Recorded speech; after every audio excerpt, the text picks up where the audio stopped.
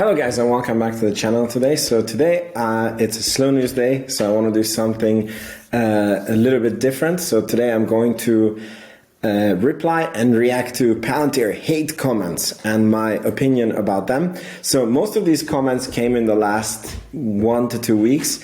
Most of them is from the video that I did on Palantir's new AI platform. And some of them are very, very interesting. Some of them have good points, some of them are just funny. So I'm gonna react to them and give you my answer. And as usual, if you like this content, please make sure you hit the like and you subscribe to the channel so you don't miss any future videos. So let's begin.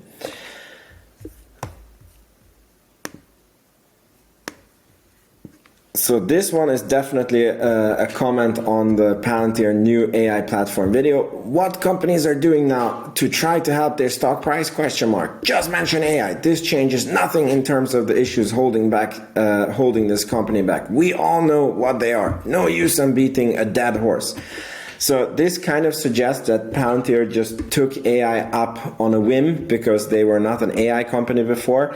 I'm sorry to burst your bubble, but Palantir is verified as a world-leading AI company by many publications. There was one that, I don't know the name right now, but it was ranking companies based on the actual dollar income that they make and on selling AI, and Palantir was ranked before Microsoft and Google to be the world's #1. I think that you think that this was a video about C3 AI. That is a company that actually has changed their ticker to AI, and per my understanding, all the hype that this company is getting is because their ticker symbol is AI, which is bad, but that's definitely not the case with Palantir. Next one, at least it's not Ultron. Well, we hope it's not Ultron. This is actually kind of a good comment. This is why Elon Musk and thousands of other leading AI scientists and prominent people signed this open letter that they want to slow down and pause AI development for 6 months.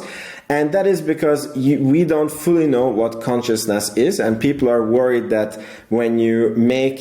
it's possible that when you make an AI logic complex enough, it becomes conscious, and then there is a chance that it could become Ultron. So we are just hoping that this is not what we're creating. All jokes aside, Palantir is the only AI company that I know that has a lot of morals and a lot of philosophy, because Alex Karp, whether you like him or not for this, is a philosopher, and he actually thought a lot about how you should implement AI. And I'm pretty sure that they have very good kill switches and very good checks in place to not create Ultron. But maybe some other company is going to create Ultron. We don't know. Next one. I wouldn't invest a single penny at the slightest hint of a near AGI military applications. It's just begging for disaster to happen, and I'm not going to finance any of it. This, again, is actually a very, very good comment. So, number one, I hate the fact that Palantir is a military company and is involved in military. I hate any aspect of war. I would love to be peace on the planet, but you have to deal with what you get, and you have to deal with reality. And unfortunately, the reality is that if you don't have a deterrent from your enemies, you will just get attacked in this current world.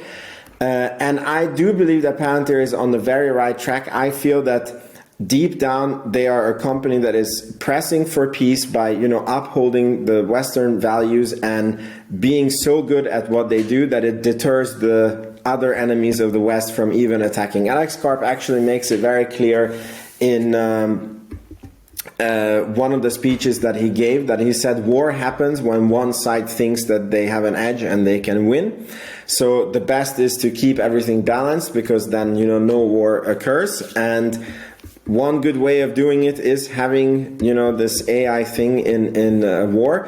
So this is number one. So I do believe, I hate war, and again, I don't love the fact that Palantir is involved in this, but you have to work with reality, and I believe that they are a net positive. That's number one. Number two, a lot of great technologies first get developed for military purpose, and then they get used for, you know, civil purposes. And this is exactly, I believe, the situation with AI. It has been with a ton of other inventions, and unfortunately this is just something that happens. And unfortunately, AI is one of these things that I can totally see that the military has the budget to pay for the development, and then once it's development, it's very easy to fit it to commercial use. So this is also an inevitability. And number three, again, we come back to this point that Karp is not just an engineer, he's a philosopher. And think about it. Who would you have develop military AI, again, that is a net positive and that is needed for the West to sort of keep peace, or, you know, make peace happen? Would you have Zuckerberg develop it? Would you have you know, the Google founders develop it? Or would you have a company that has a proven track record of being transparent, having good morals, having, you know, all the checks and balances in place that are needed? So I definitely vote for Palantir at any time. So the way I think about this, the military AI is inevitable. So let's just have, you know, the best of the worst case scenario and give it to a company that is known for handling it well. And yeah, so I hope I answered this comment. This is actually a good comment. The next one, blah blah AI blah blah. Okay, I'm not sure what he's trying to say. AI is the most exciting thing that is happening. I like to invest for the super long term, 10, 20 years. And, you know, a lot of my investment decisions is made on, okay, this industry that I'm investing into, is it going to be bigger or smaller than what it is today, you know, 20 years from now? And this is why I cannot invest in Disney, or maybe that was not the best example, but, you know, like for example a newspaper or a media company, because I don't know if a media company is going to be around in 20 years, and I'm not a swing trader, right? So I really don't know what this guy is saying. AI is one of the biggest things that is happening, and I think it will create the most profound change. And, you know, you are free to invest in other things that you want to invest in. I don't care.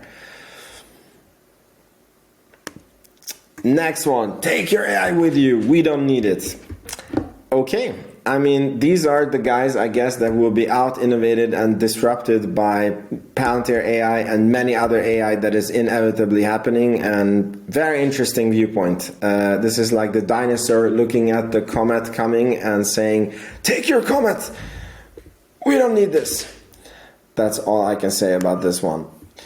And that was all the comments. So I hope you guys had fun with this. This was my short, you know, sometimes I get good negative comments. I was actually looking for a particular one that I didn't find, so I'm not going to take it up here. Anyways, so it's good to answer on them and give my viewpoints. So thank you for staying for this very unusual video. And if you want to go and support the channel, check out the Patreon link in the description box below for exclusive content, for my Palantir valuation. You get access to me and other cool stuff that is coming in the future. And thank you again, and see you in the next video. Ciao, ciao.